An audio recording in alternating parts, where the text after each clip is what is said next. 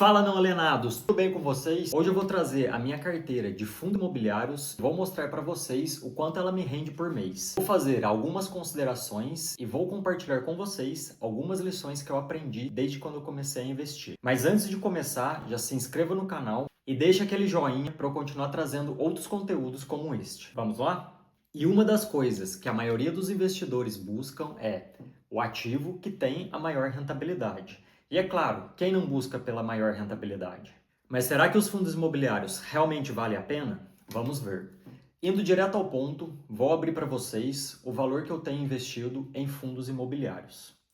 E este aqui é o valor que eu tive de rendimento referente ao último mês. Eu ocultei meus ativos para não enviesar vocês a comprar os mesmos ativos que eu tenho. Afinal de contas, um não alienado faz as próprias análises. E como podem ver, no último mês, os meus fundos imobiliários me renderam R$ 416. Isso representa quase 1% do valor total que eu tenho aplicado.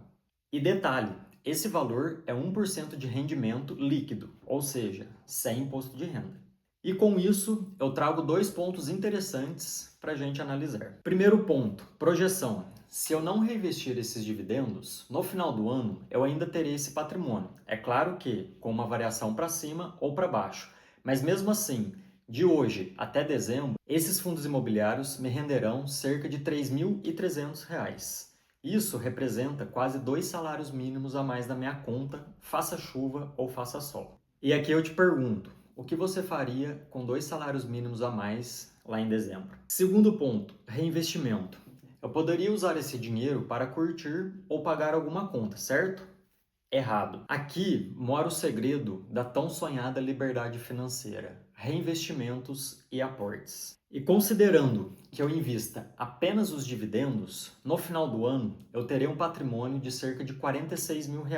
Considerando a rentabilidade de 1% ao mês, isso me renderia cerca de R$ 460 por mês em dividendos. Nada mal, né? E aqui eu te faço uma outra provocação. Qual foi a última vez que o seu salário teve um reajuste de 10% sem que você fizesse esforço nenhum? Este é um dos momentos mais gratificantes de quem investe. É quando o dinheiro começa a trabalhar para você. E no caso dos fundos imobiliários, isso já acontece no mês seguinte. Mas é claro que nem sempre foi assim. Eu vou te falar algumas lições para você aproveitar e não errar. Primeira lição: não se iluda com rendimentos acima da média. Quando eu comecei essa carteira, há cerca de 2 anos atrás, alguns ativos quase me fizeram desistir. E como podem ver, um deles ainda está aqui. E como um bom investidor iniciante, eu comprei alguns ativos sem noção nenhuma, olhando apenas para o dividend yield e seguindo dicas aleatórias na internet.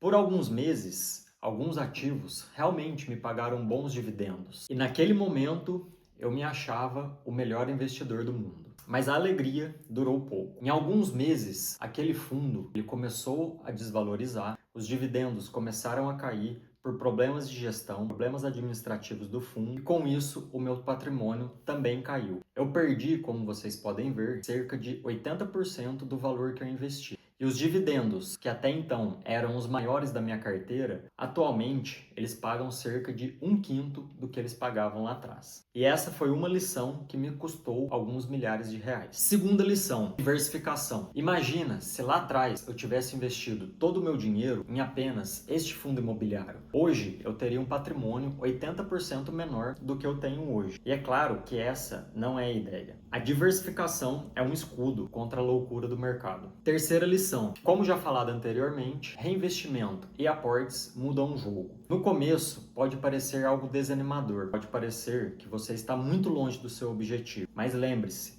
os meus R$ 416 de hoje, há 2 anos atrás, eram apenas alguns centavos. Não desista. Quarta lição: renda variável varia. Os fundos imobiliários é uma classe de ativo que está dentro da renda variável, ou seja, alguns meses vai te pagar mais, alguns meses vai te pagar menos. O valor da sua cota, ele também vai variar, para cima ou para baixo. Considere isso nos seus investimentos e aproveite as baixas do mercado para você continuar comprando bons fundos imobiliários com desconto. E como prometido, eu fiz um comparativo com a minha carteira e um investimento em um CDB que rende 100% do CDI por um ano. Vamos ver? De cara, vocês já podem perceber que ambos os investimentos têm praticamente a mesma rentabilidade. E aí você pode me perguntar, por que investir em fundos imobiliários se a renda fixa tem um baixíssimo risco? Esta é uma pergunta apropriada, mas a resposta não é tão simples assim. E para começar a responder, é importante deixar claro que a renda fixa, ela não é fixa. Chega a ser engraçado. Mas vamos pegar como exemplo a taxa Selic. Hoje, a taxa Selic ela está em 14,5% ao ano. E a previsão do governo é que ela termine o ano em 13%. Ou seja, se é uma renda fixa, por que ela tem essa variação? E se a Selic cai ou sobe, a sua aplicação em um CDB, como exemplo, vai cair ou também vai subir. Um bom fundo imobiliário, como por exemplo, galpões logísticos, tendem a valorizar ao longo dos anos. Além de que os contratos são indexados ao IPCA ou ao IGPM. Isso quer dizer proteção contra a inflação. Renda fixa, de maneira geral, ela incide imposto de renda sobre a rentabilidade. Ou seja, quando você aplica em algum investimento que rende 14,5% ao ano, por exemplo,